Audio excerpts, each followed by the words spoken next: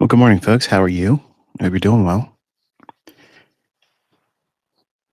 If you would be so kind as to give me a 5x5, let me know that the volume is okay, that you can hear me okay.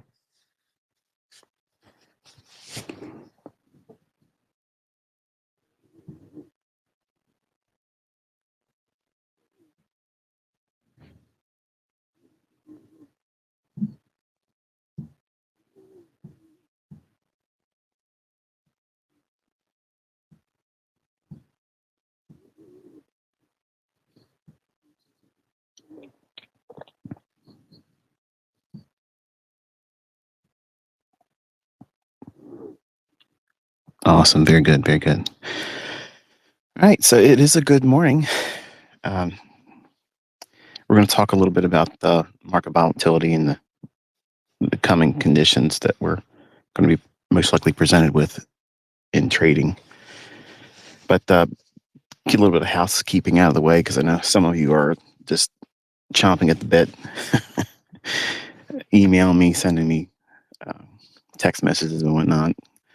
The new addition to my family was born Thursday night, 11:30 p.m. by C-section. She tried very hard to push him naturally, but she wouldn't dilate past 5. So they took him out by C-section. He was 20.5 inches long, 7 pounds, 9 ounces, and just beautiful. Perfect little boy. And we're blessed. So I'm a pop now. You're going to note that a very stark contrast to how I've done things in the past. So that the first time I looked in his face, I just felt, yeah, I can't be that guy anymore. So we're just going to be Mr. Rogers going forward. That's just the way it's going to have to be. So anyway, I know some of you all were hanging out with me on Twitter the other day when my daughter-in-law was in labor. And you know how it is, man. It's very, very uncomfortable waiting for something that we have no control over. The mother doesn't have any control over it. It's you don't know how long it's going to take, and you're sitting around people that are strangers in a place that you don't want to be in. So you got to find ways to occupy yourself. So I occupied myself the other day, entertaining myself with the crypto bunch. They are very eclectic. Uh, I'm trying to be very polite, but also have fun too. They're very eclectic, very eccentric individuals. They're very animated. They're very opinionated. They're very guarded. And I love teasing them because it's an asset class I would never touch. It's the B system. And you can believe that or not believe that. I don't care. I'm not trying to sway anybody's opinion about it. But I think that it's ridiculous that people are surprised with the level of volatility that we have going on right now. And I'm going to touch a little bit on Epstein stuff because I'm getting slammed with comments and questions about that. I'm only going to say what I'm going to say today about it, and I'm never going back to it again. Okay? So just know that there's certain things that I steer clear of because it's disgusting. And you probably should do that too, but you know, to each their own. But leading up into this year and previous years, I told you that if you've been with me for a while, we were going to be entering into a time where the markets would see unprecedented measures of volatility, like crazy volatility.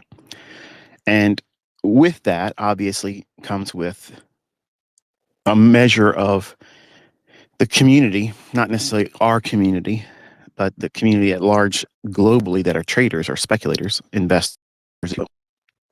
And they go into this business for multiple reasons. You know, notoriety, wealth, obviously, just to challenge, clout, business. You know, learn how to do it and sell signals, which there's nothing wrong with that. Learn how to do it well, and then educate people with the models that you employ, and prove it worked. There's nothing wrong with that either. But then they have this other segment of the community where they're not profitable, and they are argumentative, and everybody is a scammer, Everybody's out to get them. Everybody's the reason why they're failing. And I'm seeing that type of perspective, that opinion, that stance inflated right now. And it's the same thing I experienced with the Y2K whole thing. And a lot of you guys are just too young to even know about what that was like. Leading up to the year 2000, it was being perpetuated that, hey, look, there's going to be a problem with the computers, and they don't know how to tell the time by date, and they're not going to be able to see and reference the date properly, and everything's going to crash, which is ridiculous. Coming up as a computer programmer, learning how to program in sixth grade, self-taught, first, and then going to, formal education, going after that. To me, it was nonsensical. But, to the average person, well, think about it like this. Say you've been trading for a while, right? And you're making money. Try to explain that to someone that's a lay audience. That means someone that has never speculated. They don't understand that you're sitting in front of a chart and you're reading this chart. You're trying to predict the price action. And yes, folks, you're predicting price. Okay. You're trying to predict. Okay. You're not reacting. You're predicting. Okay. So either you're bullish or you're bearish. And tap dancing around that is ridiculous. But try to explain that to someone, that you're looking at these lines. Okay. And because of whatever model that you use for prognostication, it leads to you making a decision that if you're correct and the market yields to that decision and you've aligned yourself with what the market was going to do, you can profit from that. And then you can ask the brokerage firm that you've traded through to send you a bank wire. And then you can take that money and spend it on whatever you want to spend it on, at least for now. They can't wrap their mind around that. So now contrast that with the complexities of 26 years ago or longer, where the average person was computer illiterate. And there's a lot of people that are computer illiterate still today. They have these old folks. I don't know, some of you think I'm an old guy. I like playing that role sometimes because it's funny, but I am a techie, and I was techie before tech was tech. So it's fun seeing how older folks today with smartphones in their hands, they have all of this technology in their hand and they don't know how to use it. Like before my mother-in-law passed away, she barely knew how to text. Like it was crazy. She didn't know how to FaceTime. It was wild. It was so funny. But back then in 2000, going into the Y2K bug scare that they're perpetuating, which this was another wealth transfer, just like we're seeing now, just like we saw in 2007, 2008. They got away with a lot of them. They got away with it in 2001 with the whole New York, Philadelphia, and the boogeymen flying around in airplanes. All that stuff was just wealth transfers. And now because they know that we just accept whatever they say on the TVs and on the news wires on the internet, they're just bold with it now. They're just going to do whatever they want to do because they know that you are going to do nothing. You're going to lap it up, complain about it, but you're going to eat it and you're going to swallow it and you're going to come back for more because you're a glutton for punishment. You know that you aren't going to be able to vote your way out of this stuff. And they know that you know that. And they know that you want to be able to complain about it. And they don't care. In fact, they want you to do it now. They want you to do it because they want the tribes divided. And if they're dividing them well, we will not be able to recognize that they're a small minority of people that we don't have to comply to. We don't have to listen to them. We don't have to do those things. We don't have to do it. You should not be surprised with all this volatility because all these things around the world that are going on, that a lot of my students in 2020, 2021, I guess about 10%, maybe 12% of my paid premium behind the paywall membership were talking to me both in the user groups where everybody could see, or in email, or literally coming out on social media and flaming me saying that I've gone off into lunatic fringe territory. How does that feel now looking around? It's clown world, isn't it? You can't have all these things going on and it not eventually come to the markets. All these individuals that were in other foreign countries that would saying to me, all this stuff doesn't mean anything to me. I came here, I paid you to learn how to trade. Well, if you're going to learn how the markets work, which is what I was selling, understanding and reading price action is going to be directly linked to how the markets are going to book. That means, how are they going to gyrate and move around? Are they going to be systematic? Are they going to be measured and delivered in a way that is copacetic, very easy to get in and out of? The liquidity is just ready and available, and it's a clean market? Or it's going to be chaos. You don't know where it's going next. And I mean that in the sense that it could be one price here, and in the same 20 minutes, it could be 1,000 handles somewhere else. Don't believe me? Look at how the market's opening up for the trading hours to electronic trading hours to new week starting, new day starting. When the session closes in regular trading hours and we go to startup of electronic trading, look what's going on. Look what happens at 4 o'clock. You're seeing these moves, these sustained price runs, because they're coming for everybody's sense of normalcy, and they're trying to create panic. They're trying to create uncertainty. They want you fearful. They want you reactionary, which is what all these paid mentors out there in the world tell you. Your job is to react to the marketplace. No, it is not that. That is what unprofitable, ridiculous 20-year-old mentors that literally are wet behind the ears still.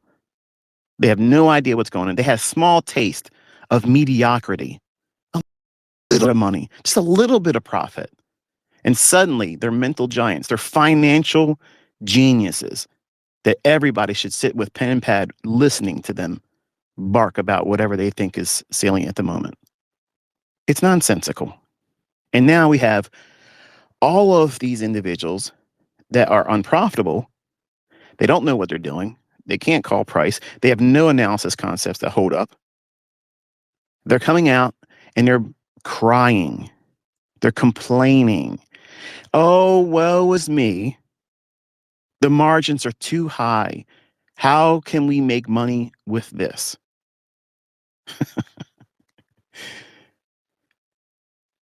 Prop firms, all of you are probably going to like what I'm going to say here today. And no one's paid me to say these things because I have no partnerships. I have no affiliates. And I have no interest in any of that stuff. I don't need your money. I don't need any of those, padded deals where, hey, look, here's my ICT code. Use the ICT code, for the best discounts. You don't have to get that from me. So my opinion is organic. It's not paid for. Okay. It's not fluffed up by someone giving me some money for bilking you out of reset fees.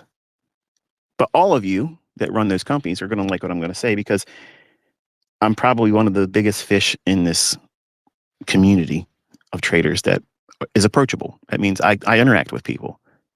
Anybody can talk to me. Anybody can leave a comment. You can say that you think I'm a scammer. You can say that you love me. You can say whatever you want to say. I'm here for it. That's why I'm on Twitter or X. Okay, I'm not hiding from anybody. I come out here as a way of having, a way to handshake with all of you. And it's fun. It's engaging. It's not monetized. I have no monetization on it. And I spend the majority of my time out here. And on the weekends, where everybody else is trying to find how they can make more money from all of you, I'm spending my personal free time with you like this. And I'm sitting in my pickup truck talking to you because it's nice and cool out here. In fact, it feels like -6, but my wife has the house so hot I can't stand it. So I took a shower, got all nice and cool, come out here, my pores are wide open, and I feel like a nice bath. It's wonderful. But you have all these individuals out there that are crying and complaining about how this prop firm won't let me trade gold and silver, and they're doing this and they're doing that, and I can't make money with this because they're scamming me. Okay, listen. Listen, if you believe that the only money that's available, the only profits that are available, that are in reach, are right now, stop trading, because you are pretending you know something that you know nothing about. You're a fool. And a fool and his money is soon parted. The inevitable is going to come. You're going to lose no matter what you do. Okay? You're looking for any reason to complain about and justify why you are failing. It's not my concepts. It's not the other persons you're learning from. It's not the books and courses you subscribe to. It's not the people you're copying the signals from. It's you. It's you. It's your perspective. You're going to do it wrong no matter what you're doing. And you're complaining and telling the world that what I'm saying is true. Anybody that's out there crybabying, saying that the prop firms saying that I've got restrictions, I can't trade the way I want to trade, you are a moron. You're a fool, and you're complaining because somebody's actually doing you a favor. They're stepping in. They're being a buffer. Sure, I'm certain that there's a large degree of personal risk management on the part of the prop firms. Absolutely. Absolutely. If someone gets lucky, folks, that's the range we're at right now. Okay. The tachometer is revving so high up right now that if you are permitted to over leverage, sure, you could be standing there with your big red shoes and big red nose and get lucky like a bozo in a casino any other weekend of any given year. Somebody could fly out to Las Vegas, plunk down some money, do some crazy heavy-handed bets, and win. But the chances of you doing that right now, listen, that's not realistic. I have students that have literally made millions of dollars in front of all of you. Okay. They're from my stable, and I'm very proud of them. And unfortunately, some of them have gotten stupid since they've made millions of dollars. They don't see what's going on around them. They don't want to deny it because they have rose petaled colored lenses on their sunglasses now. They're walking around. They don't feel the pain threshold of what things cost right now because they got a taste of a little bit of money. You better be paying attention because it's going to throttle up even higher from where we're at right now. And what you've grown accustomed to, your Midas touch, going out there, I can touch this market and I can make money. I can do this and I can do that. And I ain't got to do this. I don't have to trade with everything ICT says. I don't have to do this. I can do that. I can do that. I can do 5-minute trainers. You're all going to be challenged. And I'm at the top of the list. The Mac Daddy. I'm going to be challenged by this. You don't hear me saying, hey, I'm going to go out there and over leverage everything. I've never said to do that ever. And I certainly wouldn't try to promote the idea that you should be doing it now. So instead of complaining about the prop firms that you're doing business with, you made money from them. Some of you have made lots of money. And you're complaining like a child. Someone's taken your toy from you. You have lost the plot. You're in this to make money. You're not in this to gamble. This is not online poker. Okay? This is not betting on the horse races. You're in a market right now that is actively looking to consume you. Everyone. Every single one. Even the little guppies. They don't care about my stop. Yes, they do. They absolutely do. Why? Because even the little guppy right now, the little small fries, can make millions. You don't think so? You don't think so? What do you think an investment of, I don't know, $35,000 was worth just a couple weeks ago? in silver that was positioned last year. Millions parlayed up, up, up, up, millions. In a market that is without the supply, the real supply of the silver. I listen to these YouTubers that are homesteaders, and I use them like my ear to the railroad tracks. Okay. A lot of you know that the initial attempt for Bitcoin to get to 20,000 years ago, I came out and I said, listen, I'm just let you know, it's not going to go to 20,000. And here's the reason why I know. And I knew without a doubt it wasn't going to go to 20,000 the first time. I got real close to it, but failed. And I came out on Twitter, or then, but yeah, it was Twitter then. And I said, you're not going to believe this. I'm sitting here in the living room of my house. My wife leans over and she says, listen, you ever hear of Bitcoin? And I said, what did you just say? And this is my wife. She has no idea what trading is. She's watched me do this stuff the entire time she's been married to me. In, I don't know, 4 years we dated before we got married. And she says to me, do you know what Bitcoin is? You ever heard of that? I was like, you did not just say that word. Because if you're talking about Bitcoin, we're near the top. And she says, because if you don't do anything with that, maybe you should look into it, because everybody's making money, and people at her functions and like her little girl things, their book clubs or whatnot, we're talking about it, saying that their husbands and their family members are getting ready to buy it. So I came out on Twitter. I said, I'm just letting you know it's not going to 20,000 because my wife literally asked me if I am trading Bitcoin. So there you go. That was a perfect top signal. And it dropped, went lower. And I said it was going to go down to 6,000. It went there. I told you it was going to go to 3,000. I think it went to $3,200. So I was off by 200. And I said in the future that I would tell you when it would go to 20,000. And it did when I said it was going to go to 20,000. And I called 50,000. I called 70,000. And then I was off. I said that I didn't think it was going to get to 100,000. I didn't think it was going to do it. And he ran it through. And I said it was not going to go any higher than 127,000. And it never did. And I recently just went out and told you that we're going to see it go and explore below 100,000. And a few of you had, your fun taking your shots. I mean, I'm all for it. I'm here for the bants. The banter is what I love on X. I love it because I'm not getting my feelings hurt. I'm not invested in any of this. I'm not crypto crazy, but I know that I'm going to get a rise out of that community. Even if you don't follow me, you're going to hear about what I said because someone's going to say, hey, look at this post here. And you're going to come over there and we're going to have fun. I'm not monetized. I'm not making money off of you, but I love the engagement, the aspect of, the shop talk. I love that. I love it.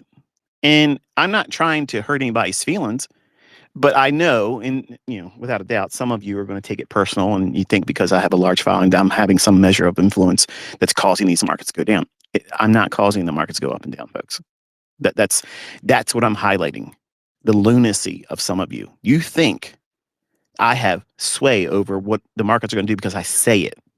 That has nothing to do with it. That's the equivalent to buying and selling pressure. It doesn't exist. It's a myth. So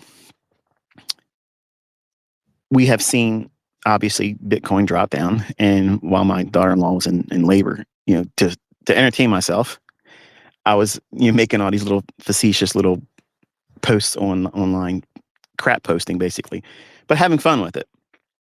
But it was performing, as I warned it would. And then we got down to 60,000. And I said, look, everybody now wants to be short on it. So if you have taken shorts, take some profits and get ready for, the normal ebb and flow is going to come. And I think we saw like 10,000 from 60 or 12, maybe 12,000 rally up on Bitcoin. I don't believe that's the low. But here's some of the technical teachings that I want you to learn from our discussion today. I'm not going to be talking a lot. And I mean that today because now I have a grandson and I have to make sure that I balance my time, and weekends are what they are. So I'll probably be with you. Probably. Let me take a look at the time actually while I'm talking. 8:30. I'm going to close this up. But yeah, we got 30 minutes still. The way the markets work is obviously it takes advantage of individuals that don't know, and or heavy-handed, over-leveraged, and high-frequency betting. Okay, it's inherent to all of us that we want to make a lot of money and we want to make it fast. And I want to ask you a question: why do you want it like that? Now you're going to probably say out loud, because there's no better way of doing it. And while I would concede and say, well, I guess that's true in one sense, but I asked you why you think that way. Why do you believe that? Because you don't know what you're doing. That's the truth. You want to bet heavy and hit these big windfall victories like the lottery, because if you were being honest with yourself right now, and this is the part that's going to hurt, folks. This is going to make you uncomfortable. But this is the stuff that you need. Okay, this is the counselor in me talking to you, the coach, reminding you this is what you're feeling, this is why you're feeling it, and this is how you overcome it.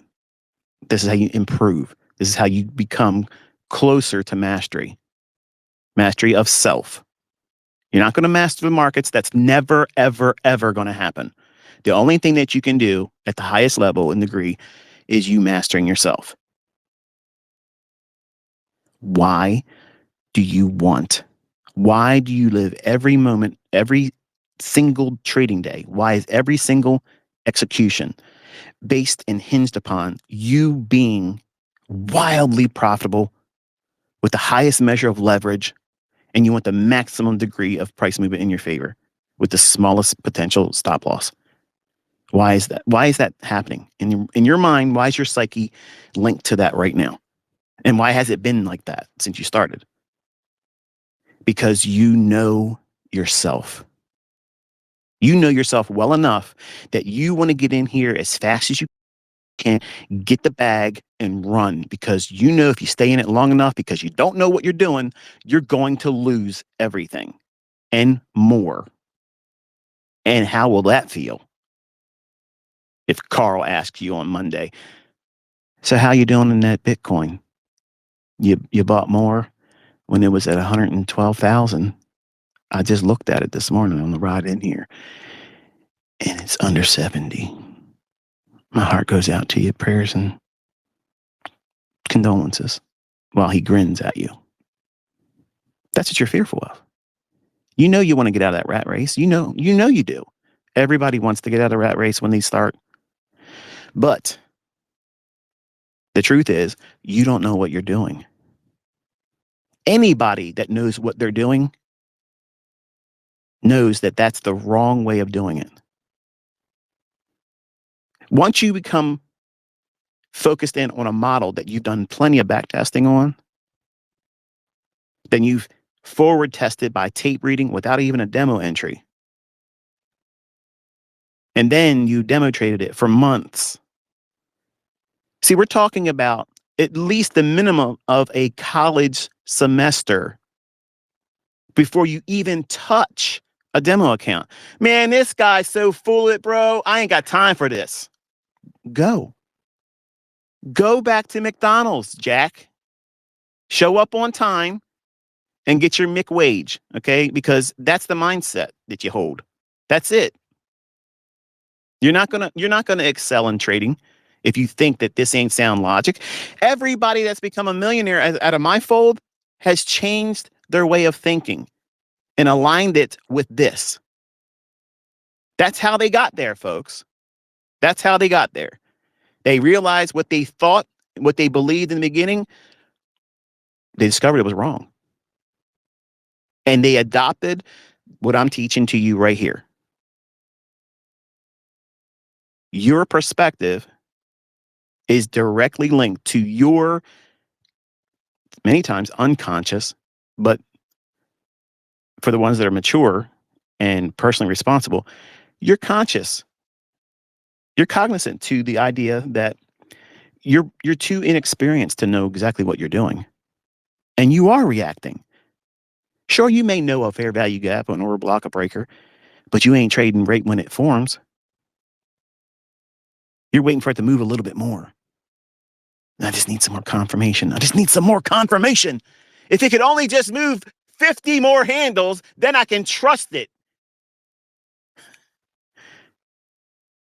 You know who you are. And that's uncomfortable for some of you right now listening to that. ICT, why are you rubbing me like this today? Man, this is wrong. You chose violence again? No. I'm trying to be your coach. I'm trying to let you know this is the reality of things right now. And until you change and have this paradigm shift, you're going to struggle. And you are going to fail if you don't do it now, because the volatility we're under, and it's coming, and it's going to increase. Are you telling me? Yes, it's going to get nuts. It's going to get real stupid. And some markets, hey, you might just have to take a step back and say, yeah, I'm not touching that. But it's moving around. Yeah, sure it is. Sure it is. Stand close enough to a nuclear reactor with a leak, and the Geiger counter is going to move all over the place too. Doesn't mean you want to be close to it. Doesn't want to be hugging all over it. Some markets may go thermonuclear. And the fallout isn't good for you. As much as you might think, but if I was only. Sure. Pretend's fun. It's fun. But it's not a sound financial model. Many of you that are complaining and saying to yourselves and going online crybabying, looking for someone else to like your post. Yeah, if we start collectively complaining about Top Step and Apex and this and that and the other prop firms, there's so many of them, I don't know any other names besides those two. They're trying to hurt us. They're trying to keep us from making money. And if we all complain, we'll force them to go back to the way things were. They're doing you a favor, whether you like it or not. That's the truth. That's the truth. And I don't care if you don't agree with me. 34 years of doing this tells me I know I'm right. And if I'm not out here trying to over leverage, over trade, try and trade every session, trying to go up and down, buying and selling all day long, I'm not touching it right now like that, folks. What does that communicate to you? You've seen me how I've rolled in the past. This is the market. This is where the level's going to go. It's going to go here. Boom, boom. Execution all over the place. Bang, bang, bang. Up, down, all day long. Ping ponging. I'm respecting Phil's position right now because he's in control. Oh, that's all that. That's what this is, folks. They're in control. And they are in damage mode right now. They are destroying everyone they can. So many things are exposed right now. And the sentiment is so high. And things are so expensive. It's a perfect storm. It's a perfect storm. You want to have more money because you can't make your bills meet. Some of you are probably on the verge of being made redundant at your job, or maybe have been made redundant. You don't have a job anymore. Or you got laid off with maybe a thought that you may not be called back to work. Or you do have a child coming and now you're thinking, oh my goodness, how am I gonna afford this? That's real. And that's also going to push you into making decisions that are not financially sound. Silver, I told you that there is not enough physical supply of silver to meet all of the contracts that were purchased over the last 6 to 7 months. It's not there. So I gave you all a homework assignment. to go study, because a lot of you millennials you just don't know. Like, you don't know. You think the markets are something that just happened all of a sudden because you're here. And it owes you something. It owes you nothing. Okay? It owes you nothing. Like everything else, you have to earn it. You have to work for it. And nobody owes you a favor. So, 1980, there was an aggressive campaign to buy up silver in great quantities because of similar mindset at the time.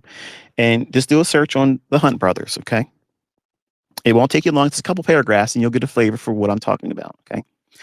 When I got started in 1992, I heard years before that, my uncle, who is kind of like the very first, I guess, exposure to trading. You know, it's 13, 14 years old, Sunday mornings, you know, waiting for them to show up at my grandmom's. And we'd have weekend dinners every Sunday, which was great. But he would always tell me, you know, the richest people in the world, Michael, trade futures and options. Get yourself a good job, you know, be an electronic technician like Uncle Stan, like that's who he was. And he was working for Westinghouse, and he was making really good money back then, like really, really good money for what at the time was considered great money.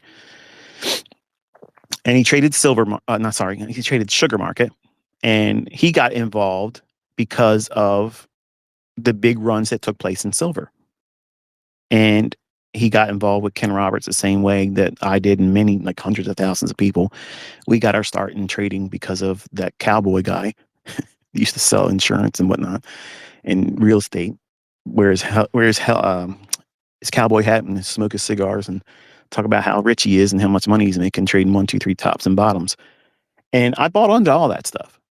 Like that, you know, that got me excited when I saw other people give their testimony about what they did. And one guy talked about how he made $500,000 trading soybeans. And I'm thinking to myself, man, $500,000. Like, that's like half of what I want to make by the time I'm 40. And they did that in one trade. I'm learning how to do this. And I rushed out there, put all my money into one trade, trading an orange juice option, and lost half my money overnight. Reality check. Hurt. It scared me. But I was in a rush. I had to make a lot of money real fast. So what did I have to do? I had to have a paradigm shift, change it. See, part of Ken Roberts' course back then, and you can actually go on, I forget what I know some of you are very resourceful and you probably are familiar with this, but there's a website that you can go to and you can literally look at the world's most powerful money manual, which is a very inflated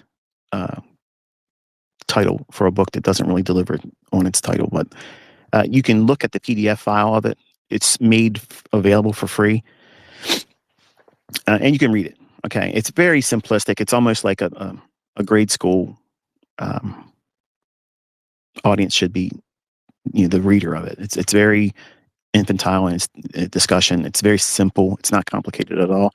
In fact, it's too simple. It led everybody to believe it's that easy to get in there and make lots of money. And I found out first time out it ain't like that. So, but silver has always been like this. It's eventually going to go up. Yes, yeah, eventually it would, but there has to be some kind of, you know, reason to do it. And when we had a shift in the batteries in cell phones, you know, the lithium batteries were having problems, you know, catching fire and blowing up and whatnot. And they discovered there was efficiency also by using silver inside of there. So now we have a real commercial use for more silver, and there's other things out there besides just the cell phone battery, but that's the largest one. And think about how many people have a cell phone and how they have planned obsolescence programmed into them. So that means if you keep a phone 2 years, immediately during the updates, they're purposely causing them to not work efficiently. So that way you go do what? Spend $1,200, $1,500 for a brand new phone. Even if you do it over payments, you're still spending that money. So it's built in, like we do in America, we build cars to expire. So you buy more of them. Whereas like the Japanese, you buy a car there, you're getting 10 years out as long as you take care of it, if not more. So there's a real commercial use for silver now. And I told you this was coming. I told you gold and silver was going to go up. I told my private students in 2020 that like it's going to go up a lot. But I told that same thing in 2019, in July and in October of 2019 on Twitter. I said, buy metals, buy them. It's going to go nuts. It's going to go crazy because all of the geopolitical things. I told you that Russia and China were going to be on the stage. Look what's going on. It's all over the place. You heard about all the headlines that everybody on this planet's talking about for the last 7 to 8 months, last year or two, really. You knew about that stuff in 2019. You knew about COVID, not by name, but you knew about it months before it happened from some goober that's talking to you right now. And I'm telling you, I'm the same guy. I am telling you, you think that you've seen volatility and now we're going to slow down? No. No. We're just starting, folks. And if you are not respecting this measure of volatility and you think that you're owed something and trading should be easy because you have time to sit in front of your little smartphone and push a couple buttons with your premium paid demo account, you're entitled to something. You're entitled to nothing. But I'm going to satisfy your entitlement with uncommon sense. See, common sense tells someone with common sense that things are a little distorted right now. There's a little bit more risk involved. And that's not an invitation to say, hey, look at that. Look at that building on fire. I haven't had a suntan in a while. Let's run in there and hang out for a little while. That's the equivalent of what many of you are complaining about. You can't run into the burning fire and risk everything in hopes of being a hero coming out with just a few eyebrows singed, but having lots of money having done it. You're trying to play the main character in a story that you may not survive. Like you may not come back from it. Oh, that's an exaggeration. Is it really? Is it? Do another little homework study on when the Swiss franc was depegged from the euro dollar. Folks, billions of dollars were lost instantly when that happened. We're in that same climate right now, but worse. There are so many people on the chopping block in high seats with magnifying glasses right over top of them right now. And they have long lists of body bags behind their names. These people, they have a vested interest in staying exactly where they are. And they're going to pull out every stop in the book to distract all of us from what we all know. I am not looking at Epstein files. I'm not looking at these things. I don't care. Don't send them to me. Because as soon as I see something in my email that's circulated to me because of you think you want to know my opinion about something, I'm immediately blocking you. Because number one, I don't want to see the trash. I don't want to see it. It's disgusting. You know, as adults, we're responsible and we're afforded the privilege to guard our children and other people's children. And any victimization of children is evil. It's vile. It's of Satan. Whether you choose to believe him, he exists or not, it's sickening. I don't want to have the memory of reading things or seeing things that I wish I never looked at. I wish there's many things I've been unfortunately exposed to that I wish I never saw and wish I could forget, but you can't. Once you see it, it's there. It's burnt in your brain. You can't get rid of it. And I choose not to spend my time looking at that. But the word says, cast no evil thing before thine eyes. I don't want to look at any of those types of things. I don't need to see it to know it existed. But now everybody's aware. And you don't think some airplanes ain't going to crash? You don't think some markets ain't going to crash? You don't think that your money ain't going to be affected? You don't think they're going to create something that's going to be so crazy, so extreme that, hey, look, they just did the biggest wealth transfer in a beta test in 2020, made everybody wear face diapers, and nobody's talking about that anymore. COVID was a scam. All of that stuff was a scam. I told my students, I said, if they don't lock the whole world down for 30 days, I think that it's not real. But if they do, I'm behind that. They said 15 days, stop the spread. Okay, go a whole month, just for good measure. I would. If I was in a position I would have been like, that's it. Nobody's going anywhere for 30 days. But if they don't open up the economy, and if they don't change things back the way it was after one 30-day period, folks, we're underneath something that's terrible. And now they saw it. They did the test. They saw what our reaction was going to be. And many of you took stuff into your body that you should have never taken. And I have lost friends and family members by that stuff because their brains swelled up and they died. Their hearts swelled up and gave up and they died. And these people were healthy, fit people, expired just like that. When they lied and they said, and they still are lying, get your boosters.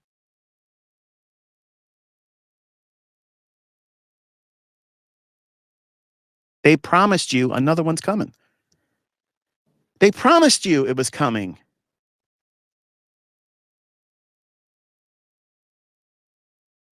Now, silver doesn't have the real supply.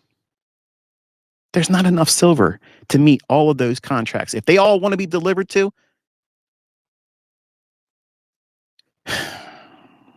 you have no idea what that's going to communicate. There will be runs on the banks, and everything will be completely out of their control. And they're in control. So when silver's at 120, felt good, didn't it? Being right, thinking it's going to go to 200. Or if you listen to that guy, Dabu 7. I listened to this clown for, I don't know, man, 10 years. He'd sit out there and talk about everybody. Oh, well, this person's a shill. How you know there's a shill? Because he's got a PayPal link up in there, man. You'll never see a PayPal link on my channel.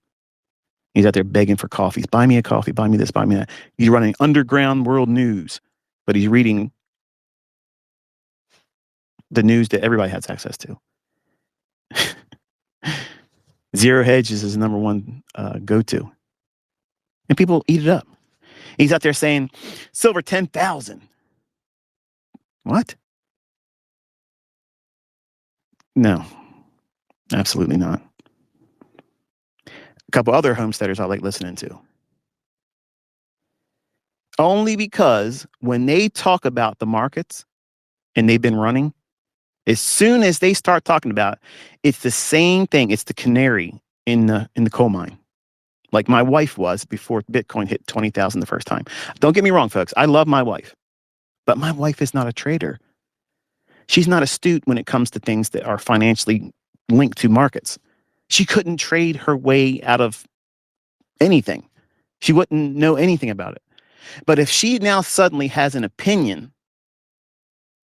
about a particular market and it's directional, saying, do you ever hear of Bitcoin? And I'm like, what did you say? Yeah, maybe you should take a look at that because all of so-and-so, I'm not going to list my wife's friends and all that, but her little circle of, friends and whatnot, all of their husbands were going to start buying Bitcoin then. So it goes to say that if I'm watching these homesteaders who they, by their own word and testimony, they don't trade.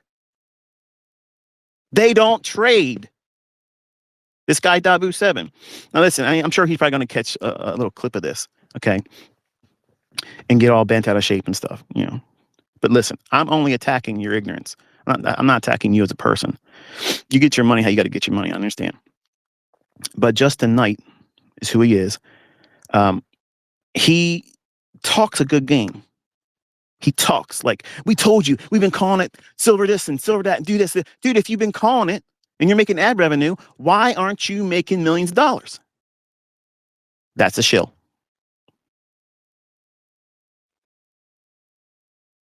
But these same people that are homesteaders, they're old guys and women. And some of them I like listening to because they're just down to earth folks. I like listening to things that have nothing to do with the markets, but soon as they mention the markets, I think I might have to go 15 more minutes. Let me see. Let me check the time. Yeah, 8:45, we're going to close it. Some of you are laughing. Oh, here we go, 4 hours. I promise you. In Jesus' name, ain't going to be in 4 hours a day. But these homesteaders that come out of their own mouth with, they would never trade. They would lose all they have. And they admit that they don't know what they're doing. And you know what? I have respect for people to do that. I have respect for people that come to me to learn how to trade and read the price action and learn how to speculate with a demo account, because that's what we push around here. I don't ever tell you to put real money into anything. That's a decision you're going to have to make on your own if you ever get to that point. It'll be obvious when you want to do it. But if there's a question in your mind about whether or not you should do it, then you're not ready. That's the easiest litmus test for that. If you got to ask me if it's the right time for you to start doing with real money, it's not the right time. You're going to know, and nobody's going to talk you out of it. So when these same homesteaders start talking about, yeah, silver's going to go up, it's probably going to go to 200 by the end of the month. Well, you know what that means. Silver's going to go to 500. These people don't trade. They've said so much from their own mouth. But all of a sudden, they know something, because they know that their lay audience sees them as some person of influence, because they get accustomed to coming to, much like some of you do with me. You come here, you listen to me, jawbone about whatever. Some of you probably don't even trade the stuff I teach. You do your own thing, but you just like listening to me because, I mean, I'm talking about a topic like some of these things here, like the tinfoil hat stuff. You all want to hear that stuff. I get it. It's cool. I understand. But when someone says something and then later on it happens, they can come back and say, see, I told you. But did you make any money off of it? Because really, if you haven't done anything with the money, really, what's the benefit of having said, I told you? It's clout. And even in these homesteading channels, they get this same currency paid to them. They get a feedback from their audience members saying, wow, you called that. Great. How many bags of groceries did you buy with the profits from that? How many utility bills did you put in the bank ready to pay in the future because you got it covered now? Well, that's a different subject. We're just talking about, right, okay. So don't beat your chest and say you were right about anything. I'm not up here beating my chest saying I was right about COVID, I was right about this, that, and other thing. I'm not doing that. I'm trying to talk to you like you're a friend. I am not trying to take advantage of you. I am not engaging you for money. All of you out there are going to take this and put it on your YouTube channel, and you're going to make money off of it. And I don't care. I'm not doing that. Because when I talk to you like this in this medium, I want you to know that there's only sincerity behind what I'm doing. I have nothing to gain from this. Zero. I have zero to gain from this. But some of you need to have a reality check, because you're complaining about not being permitted to do what you think while you're ignorant. You don't know what you're doing. You just started trading. You just found your way on the other side of a combine or an evaluation account that you found. Now I'm in a position where if I do it right now, I could take money out of it. You can't even explain how you got there. But now you're complaining that you can't trade 15 contracts when there was already an inflated beginning. It was already too many contracts afforded to you. So you should be thanking the universe, or as I like to call it, God, that somebody's looking out for you, man. Because you can wreck yourself getting caught up in this whole frenzy of, I got to make a lot of money because silver went up so much. And I said, listen, there ain't enough silver to meet that demand. If every contract that was purchased for March delivery, one YouTuber says, yeah, they're manipulating silver because it's settlement in January. There is no settlement in January. They don't deliver silver in January. These same people are talking to people, and then someone's going to listen to them. Someone's going to listen to these individuals that know nothing, and they're going to harm themselves. And here's these same people that are waiting around so they can say something and be right in hindsight and congratulate themselves and monetize that. But it's on the backs and the risks of everybody else listening to them spew their ignorance. Why is he shouting? Because I give a crap. I care. I know enough that if I was 20 years old in 1992, 1993, listen, I would have listened to all these jokers. I would have believed all the hype. I would have got wrapped up in all the frenzy about it all. And I would have hurt myself. I would have done that to myself, listening to fools, trying to emulate and copycat people that weren't really doing anything. But because they have an audience that's large, they must know something I don't know. These people, here's the secret, folks. Okay, here's the real secret. They don't know what you think they do. Because if they did, they wouldn't be living on YouTube every single day, multiple uploads, trying to get their meal ticket grocery money. I have a limitless supply of things to talk about. So many price action models, so many concepts, so many ways of doing anything. In fact, I could abuse my measure of influence and just get on there and talk about hindsight stuff, and you all would lap it up. And I could be collecting ad revenue off of that. How many videos do you see me making on YouTube under monetization? Hello. I'm not here for that. I'm not here for it. But these same individuals are out there stoking the fires, saying, should you be buying silver at 120? Am I buying silver at 120? Yes. And then the next day, well, they're manipulating the market because this, that, and the other thing. Wait a minute, Jack. Wait a minute. Let's just play devil's advocate for a moment. And I listened to your nonsense. And I went in there, I bought silver. And all of a sudden, it's done dropped $250,000 for one contract? You didn't see that coming, genius?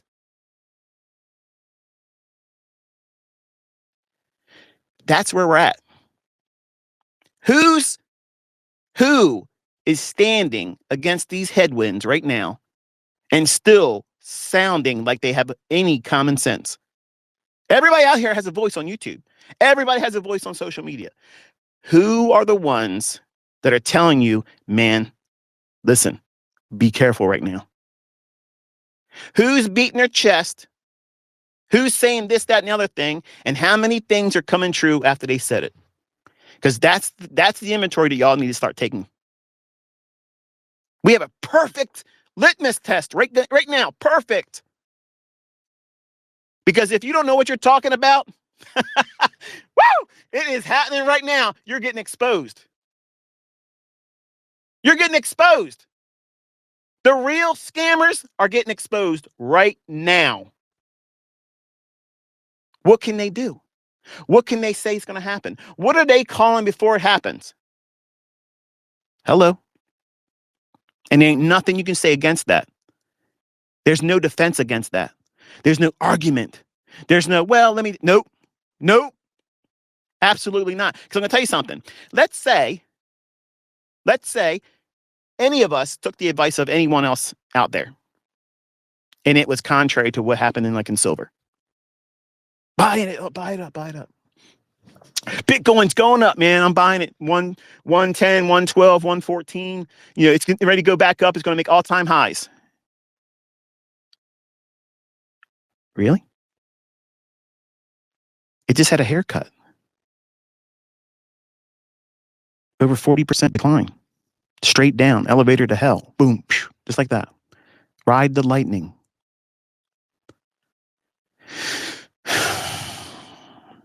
What encouragement would you accept from them if you felt into that?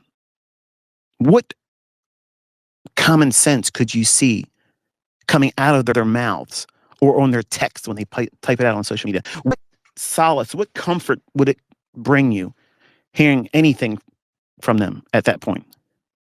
Nothing. Nothing. Because they're not going to pay you for your loss. They're not going to say, hey, here, the kindness of my heart. I said something, I probably encouraged you all to do something. Now you got hurt.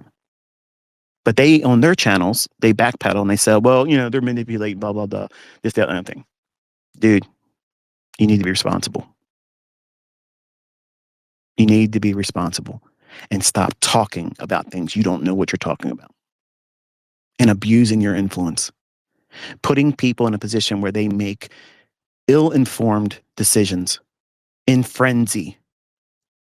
Just like in 2000, when they thought the internet and the whole world was going to collapse because somehow computers don't know how to change a number from 1999 to 2000. Think about that. That's stupid. But hey, it goes on still today. It goes on today.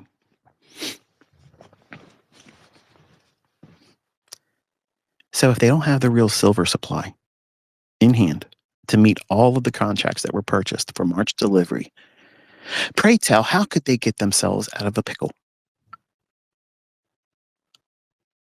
Silver's trading at 120. You got about 7-8 weeks or so before settlement and delivery, final day in March 2026 for silver contracts. Study 1980 and what COMEX did. That's the exchange that silver trades on. The Hunt brothers got together and they bought up a whole bunch of silver contracts because at the time they thought the world was ending and there was going to be currency collapses. Everything that you're seeing right now. Everything that you're seeing right now. So they labeled it, they were trying to corner the silver market. No, they were buying up what would be considered real currency. Gold and silver, they're precious metals. They're real money. Bitcoin ain't real money. Our paper dollars aren't real. They're not real money. The illusion is that man that used to exist, who no longer is here, that dead president, and the numbers associated to that note in the upper corners and lower corners, both sides, the illusion is because it says that, that's what it's worth. Now that's an illusion. There is no difference between that $1 bill and a $100 bill, except for another strip of plastic in the $100 bill. And the imposed illusion that it's somehow now $99 more in value. It's an illusion. That's all it is. But it is no illusion that gold has real value. A small little pebble will cause a person to dig in the creeks and rivers in the Appalachian Mountains, hoping they get a small little nugget like that before gold even climbed to the levels they're at right now. Why? Because it has value. It'll always have value. It'll always have value. But your paper dollars and your digital I almost went there. Garbage. These crypto things, they're all illusions. It's all linked to pedophilia. They use that stuff to buy children on the black market, folks. I mean, that's the reality of it all. And you're all frenzied over it. You want to own it. You want to buy it. Not me, Jack. I will never have anything to do with that stuff. And that's why I'm telling you, it's going to go to zero. It's going to go there. So I'm going to combine the conclusion of this message with silver and crypto. Okay. Silver has no real supply. Okay. And we have time before March contract closes. Two scenarios are underway right now. Number one, at 120, silver was at a really ridiculously high price. And I told you it would be uncivilized for any of you that are seasoned investors, traders, not to take profits. Okay. I already said the last time I did a Twitter space, I have regrets because I felt an unction. Well, I believe it was the Lord, but I didn't act on it. So I feel a little regret in that. Well, actually, I feel a lot of regret in that.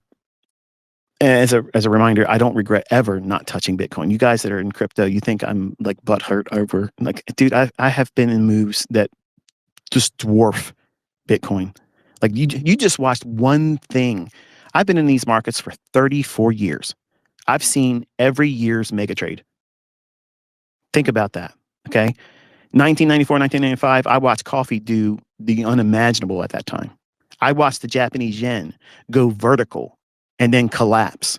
Okay. Like you just watched one thing and you think you know everything. You're just a child in this. You're a child. You have a mind of an infant. Okay. You just discovered something that everybody else has been doing this for a long time. We're not surprised that Bitcoin did that. We're not surprised. Every year there's market moves. Look what happened last year in cocoa. Look what it did. Cocoa, its margin was next to nothing. How much money did you make in cocoa? How much money did you make in your Bitcoin at the same time? Crickets. But you got words. You got bants. So there's no supply for silver. We got final delivery notice, end of March 2026. So when March contract expires, the way the futures markets work is anyone that is a commercial user or anyone that wants to take delivery of the commodity, okay? Like for instance, say Samsung. Samsung creates cell phones and their batteries, they're lithium, and they're transitioning to a more efficient, more safe approach to using that battery by implementing a layer of silver. So it buffers and it removes that threat, or at least they have a belief that it's going to mitigate it. It's that way. I'm not saying it. I'm saying that that's the research is what it's saying. So right away, every future cell phone is going to have a measure of silver that it didn't have before. Now do that over millions and millions and millions of cell phones that are being purchased, every month, and then recycled and get a new one when people's cell phones become made obsolete. So you have a built-in demand, a real supply and demand factor for silver. Now, if there is no supply to meet every contract, I'm not saying everybody that went long in March silver futures contract is going to try to take delivery of it. But without a doubt, there is absolutely large conglomerates that want to take silver's delivery when March contract expires. When that contract expires, if it's trading at 120, 150, 200, or whatever they thought that was going to be,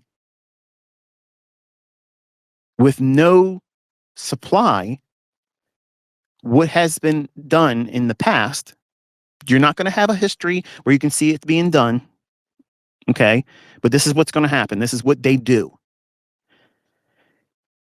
Going through the exchange, they don't have the delivery to facilitate the actual delivery of the commodity to the purchasing agent, whoever that is, whether it be you or a commercial user like Samsung.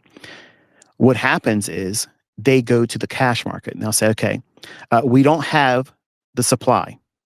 Will you take, let's just say, for instance, play devil's advocate for a moment. Say silver's at $120 at the end of March. Final delivery day, you have to make the delivery. This is when it's done, and you work that out with the counterparty. If silver's at 120, there is no supply to give. There's no transaction of here's the supply of silver you purchased your contract specifications on. Here's what you get to receive because you owned and held the risk on it. So now we're gonna deliver it to you physically. If they don't have that physically to give you, what they have to do is then go to the cash market and say, okay, we don't have that. So we have to pay you in cash, the value, but they will barter with you and try to bring you down. So let's say, would you take 110? Would you take 100 in price on silver just to cash out and be done with it? Because you can't get the actual silver. So what they end up doing is they drop it down precipitously by everybody that wants to take the actual delivery. And you get this controlled demolition in price. So that way they have efficiently controlled the price of any commodity, but it's been done like this. They've artificially controlled silver for decades, and it's technically silver should be way up above $1,000. It should be way up there, but it's not, because they're keeping it controlled while they're doing what they need to do with it, and it's the poor man's gold, and gold's just going up, up, up, up, up, up. So that's the tomfoolery that's going on. So the one of two scenarios that's going on is this. The banks that were short on silver that got crushed, and there was a lot of quiet discussion in circles that now has finally made its way to mainstream media now, that JP Morgan, Chase was supposedly short. I don't know if they were. I don't know. I just heard the same rumors the very first morning after silver had a nice big pop up, that they were underwater and they had a margin call they didn't answer. So here's a large bank. Everybody knows who they are globally. They had a margin call against short positions held in silver. And they didn't meet that silver margin call, meaning they didn't add money. So if they didn't add money, that means they don't have it to give. And it was rumored that the Fed came in and bailed them out. So are they still holding that position? Or are they still underwater? And what other banks are underwater? I don't know. None of us will know. It'll be just like 2007, 2008 with Lehman Brothers and AIG, all that stuff. That's what we're seeing again right now. Okay, we're seeing another form of that. And because everybody and everything is so corrupt, they could have, and here's the scenario, they could have bailed them out, took that money, and then went short. Because everything that they saw as underwater in terms of a rally on the upside on silver, they got it all in one day. Think about that. They had all that decline of $200,000 per contract. How many contracts got new net short on that day and held for the full range? They could have positioned themselves out of drawdown and underwater with that. But we still had the common denominator that there's still not enough silver to meet the demands if everybody bought it. So how do you take that into the equation? If they're not outside of their underwater short position, and if it gets back down to below $50 for silver, they don't have that exposure anymore, and they can mitigate that loss, and then there it is, they survived it. But we could see it start all over again between March contract and May contract for silver, and it starts to rally up again, but maybe it doesn't go to 120. Maybe it goes to like 100, and the same process again, it trades back down again lower before May's contract expires.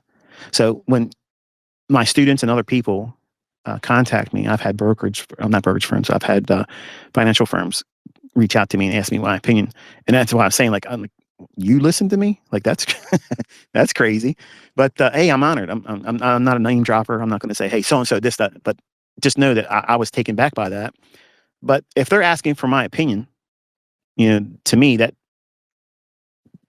it means something, I guess, right? So I felt inspired. If they're asking, I'm just going to give my opinion, as a blanket response, like I do all the time. Like I come out here and I'll talk about subject matters that come to me by way of comments, emails, text messages. People write letters to me, and they're sincerely interested in what I think. And I'm telling you that there is too much manipulation, too much tomfoolery in the metals markets now. Now contrast that with 2019, 2020, when I was telling everybody, buy gold and silver, buy the metals. They're going to go up. They're going to go up. They're going to go up. I'm not saying that right now. I'm not saying they're going to go up. I'm not saying they're going to go down. I'm saying I'm not participating.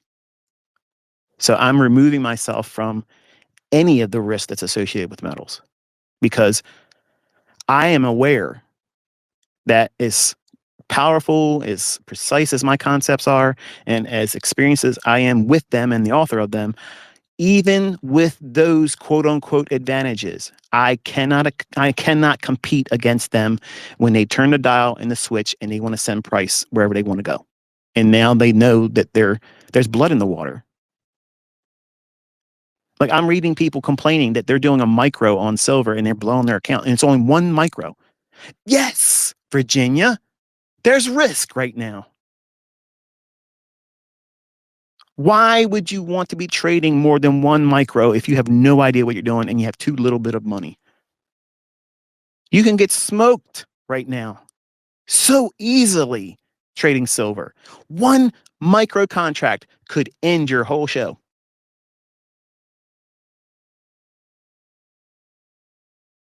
Think about that.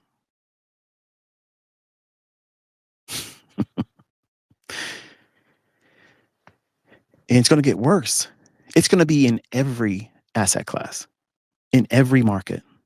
It's going to go everywhere.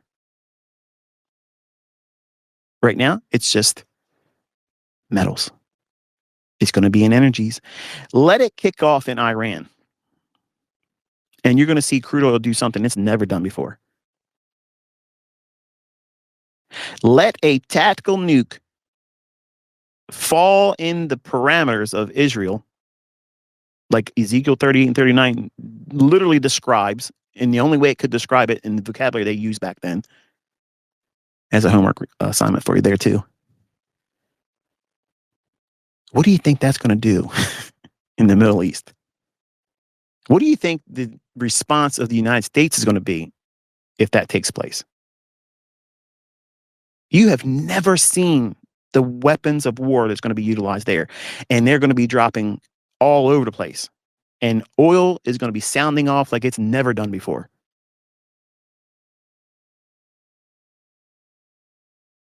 In COVID, we saw crude oil go negative $40. They were paying people. The drillers, these companies that were actually drilling the oil out of the earth, they were paying people to come get the oil because they could not. It's not like your faucet in the sink in your kitchen. You go to the bathroom, go to the kitchen, say, I want to get a glass of water, I want to brush my teeth, turn the little vial, and then water comes out. Okay, my cup is full, let me turn that off. It doesn't work like that for the driller. It's a long process to start these things up and to turn them off. So they were paying people. They were paying to come get this oil because they don't have a way of storing it. They have nowhere to go with it because nobody was buying it. So if nobody's buying it, do a fire sale. Pay people to take it from me. And that's why you saw crude oil do the unthinkable, the unimaginable. I had an $11 target on crude oil. It hit it. And it went $50 past it, or $49 past it. Like, it was like the Twilight Zone that day. Like, what? There's got to be something wrong with my charting program. Why is it saying it's negative $40 a contract for crude oil? Like, what's going on here? Now, that was real, Virginia. That was real. And you haven't seen anything yet. But you want to trade more contracts. You're not getting serviced well. Let's get out there and complain. I can't commit financial suicide. This is unfair. Lunacy. That's what that is. Children crying about their toys being taken from them because it's now time to take a nap and respect risk.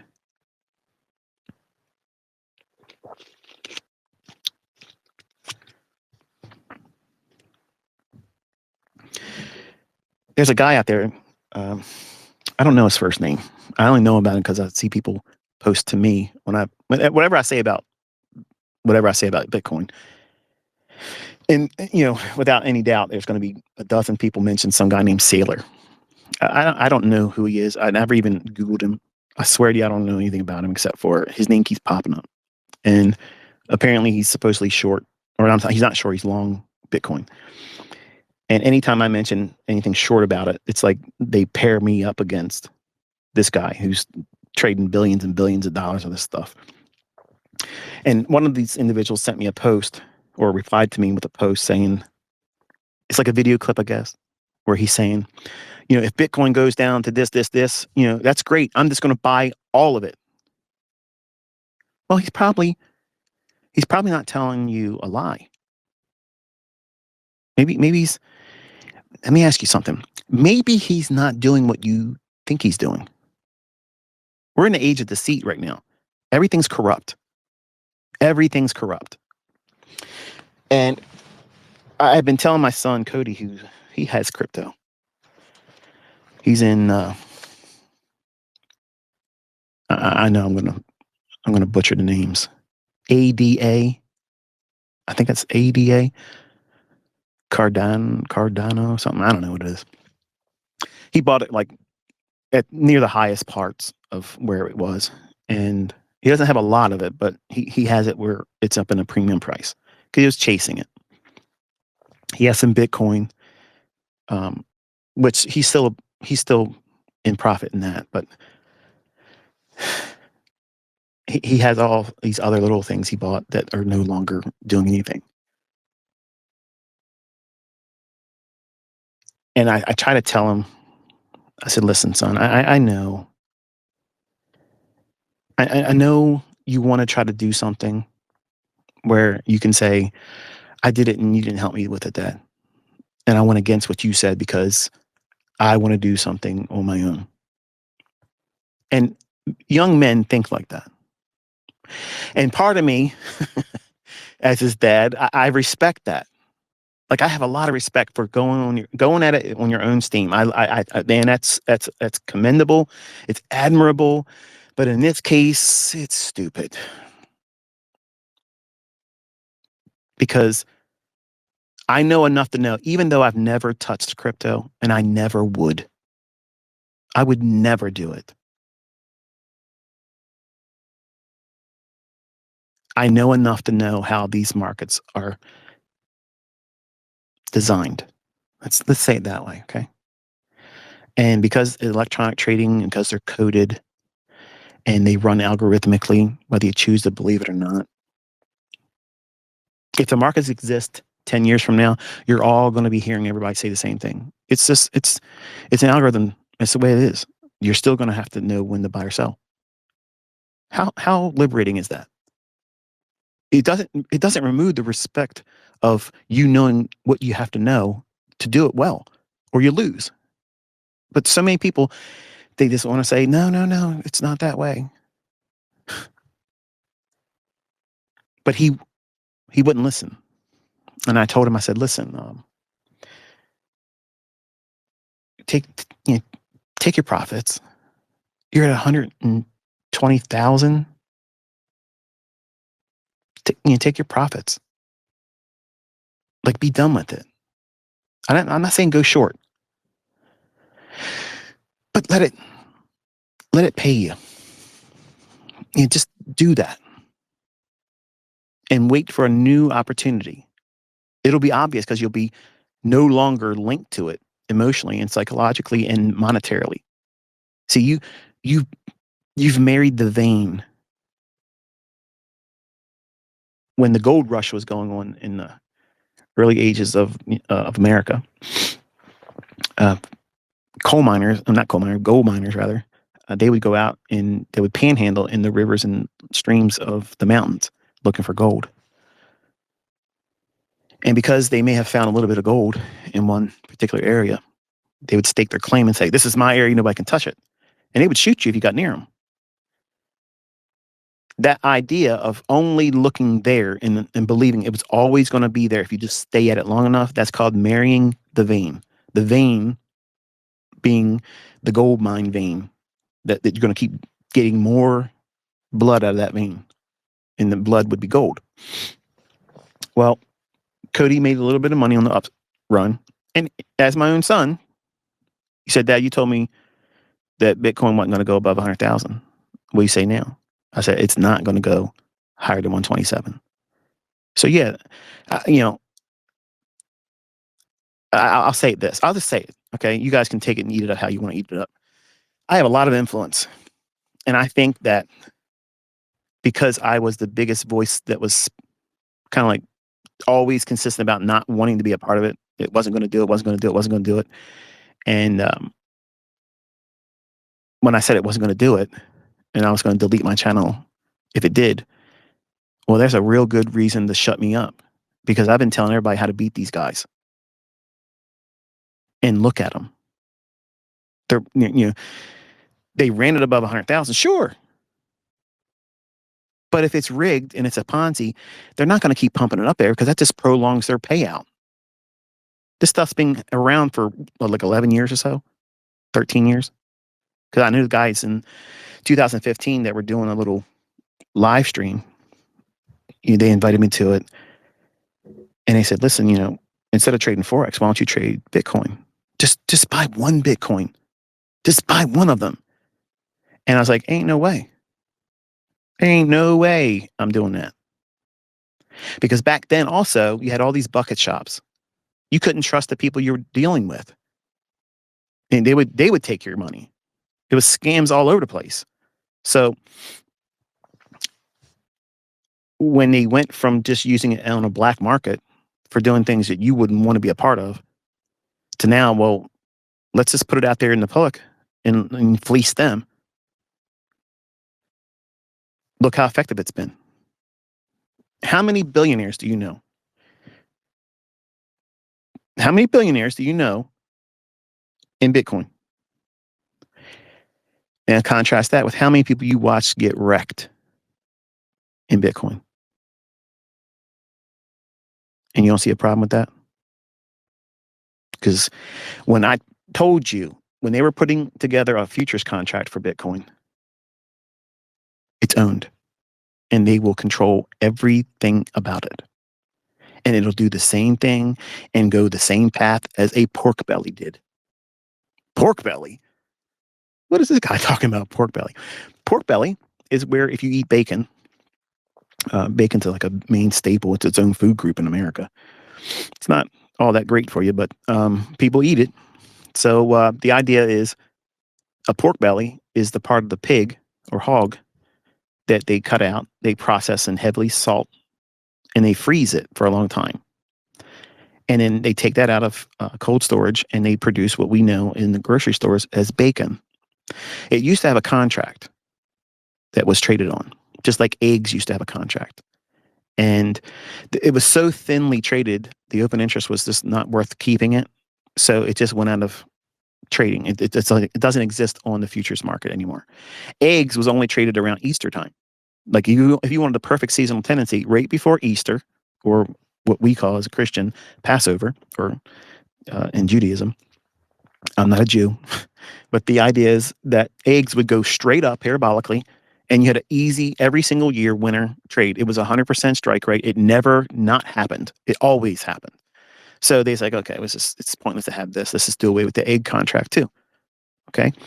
Well, Bitcoin was placed on the futures market, and it was 100% rigged at that point. Absolutely perfectly rigged.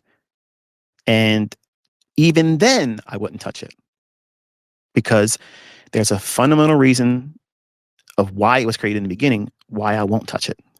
And I said, I don't care if it went to 1 million, I would never touch it. And when you know what it's really there for, you're going to regret having any part of it.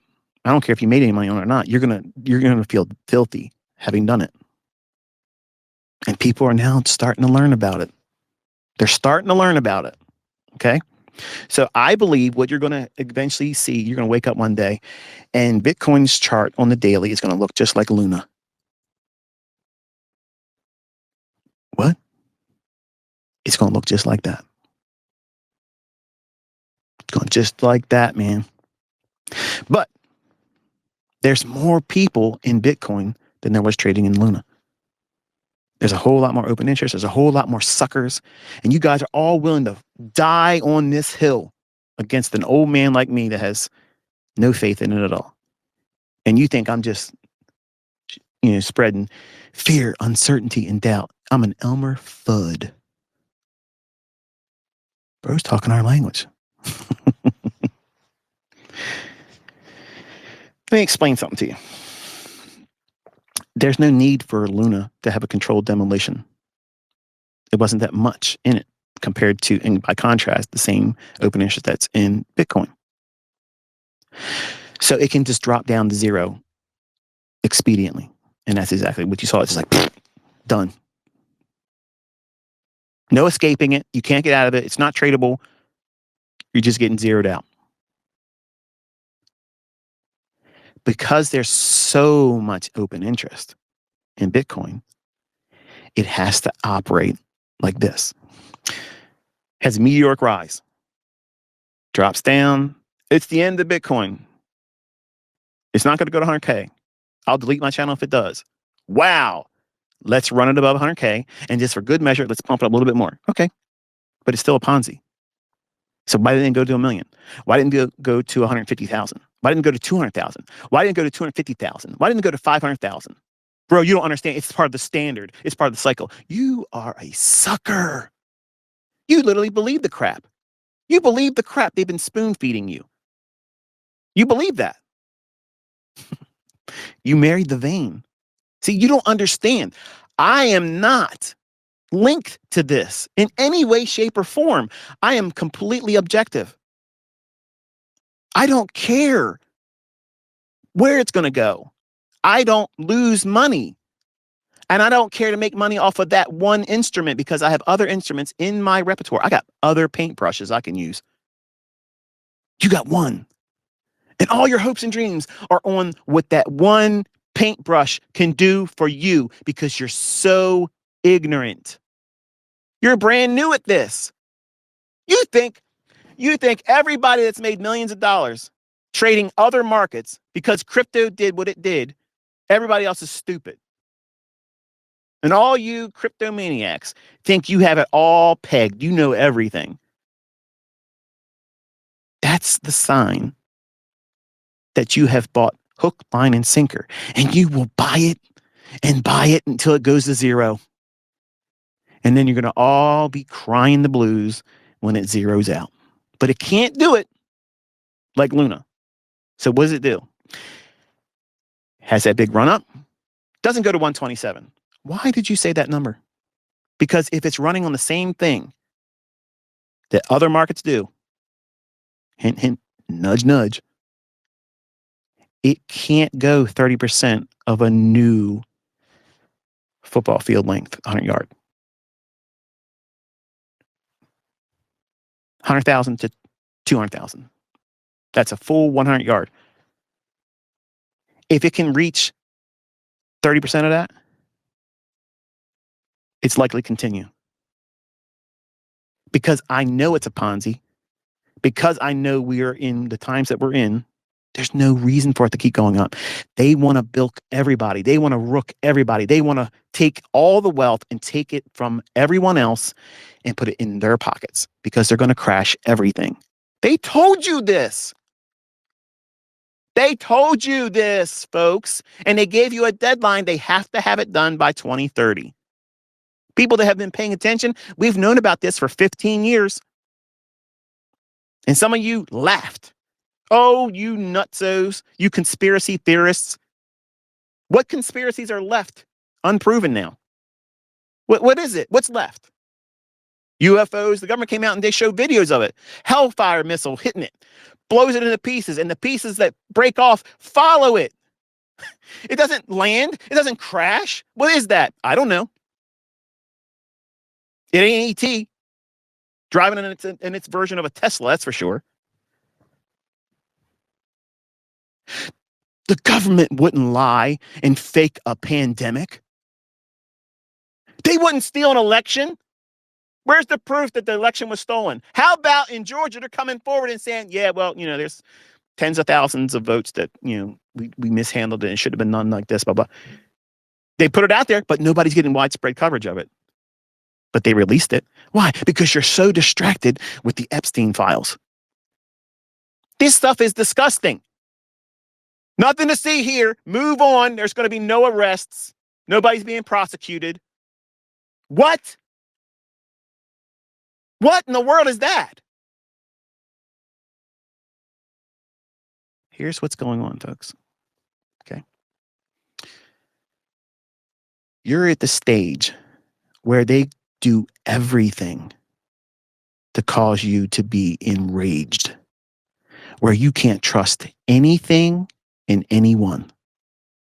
You're going to doubt everything that's being spoken. You're going to doubt everything that you see with your own eyes.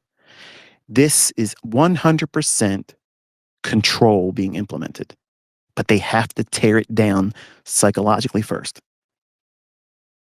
That's what this is. This is not nutso conspiracy. This is not lunacy. It's not lunatic fringe.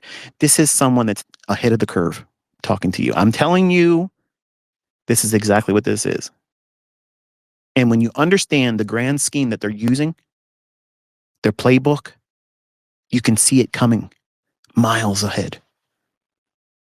You can see it. And they told you by 2030, you're going to have no private property.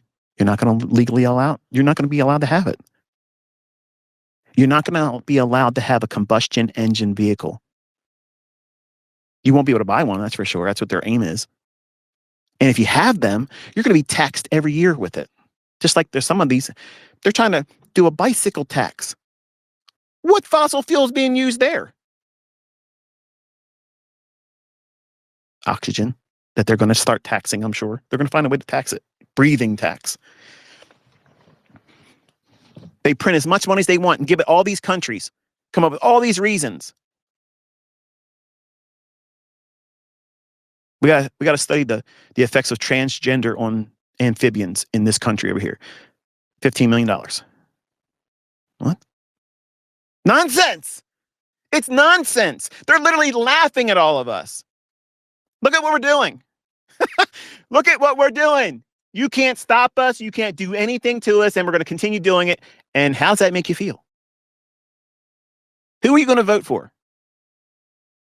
Seriously, let's be honest. Who are you going to vote for in November? And why?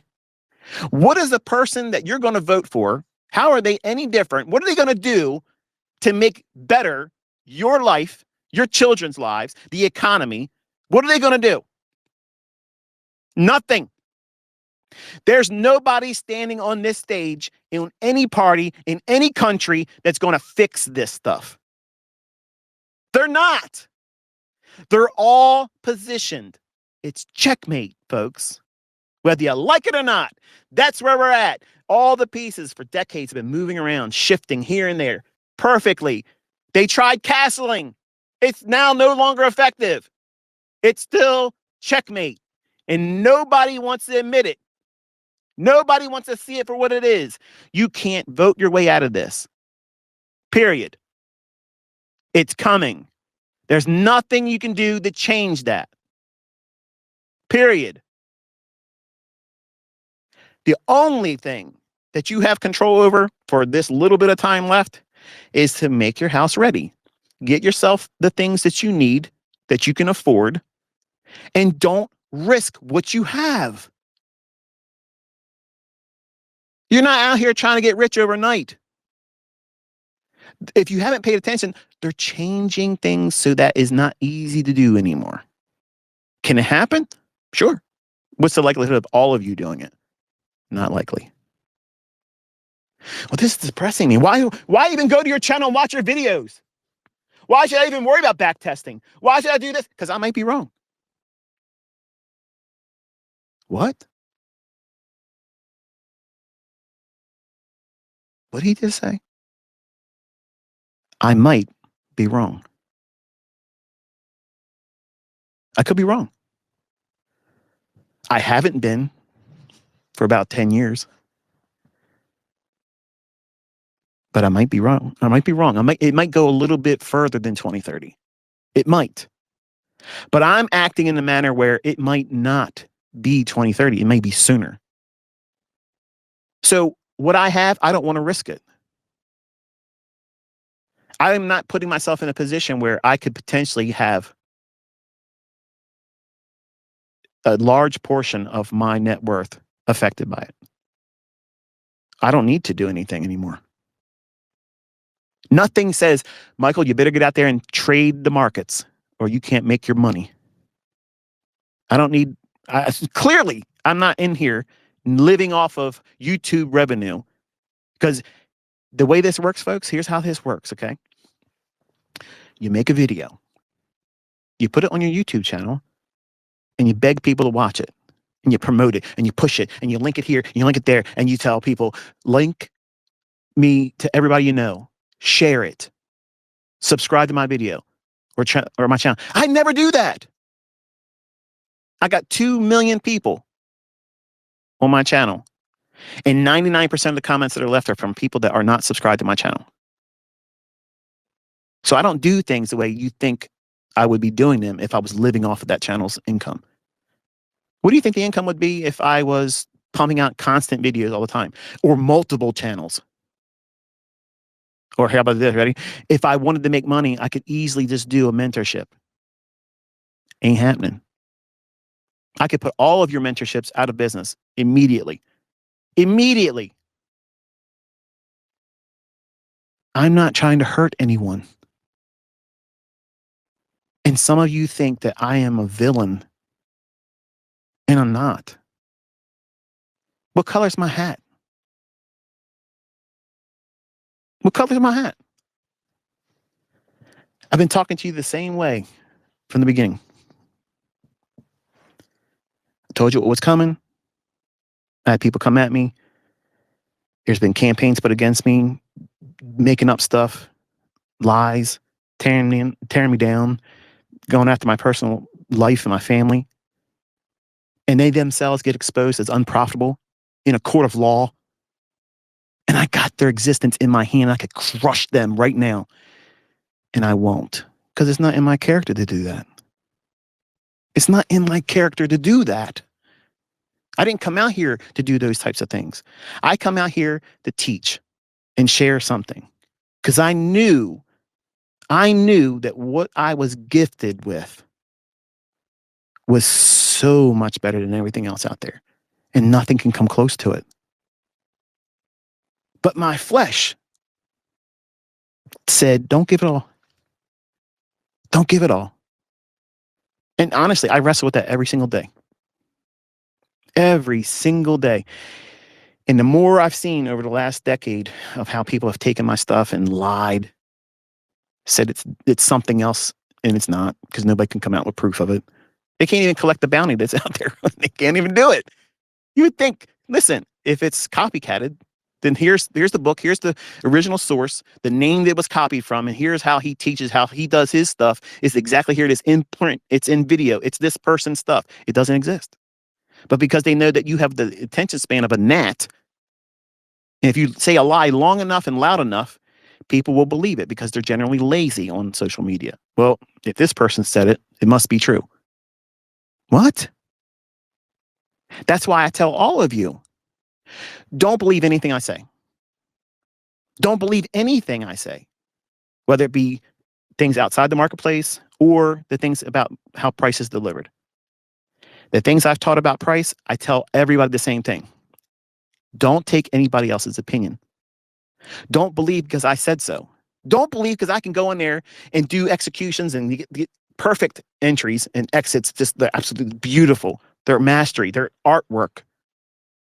I'm not saying that about myself. I'm saying that's what the responses are in the comments when I'm posting them. Don't believe just that. Go in there and see if the things I teach isn't what you see in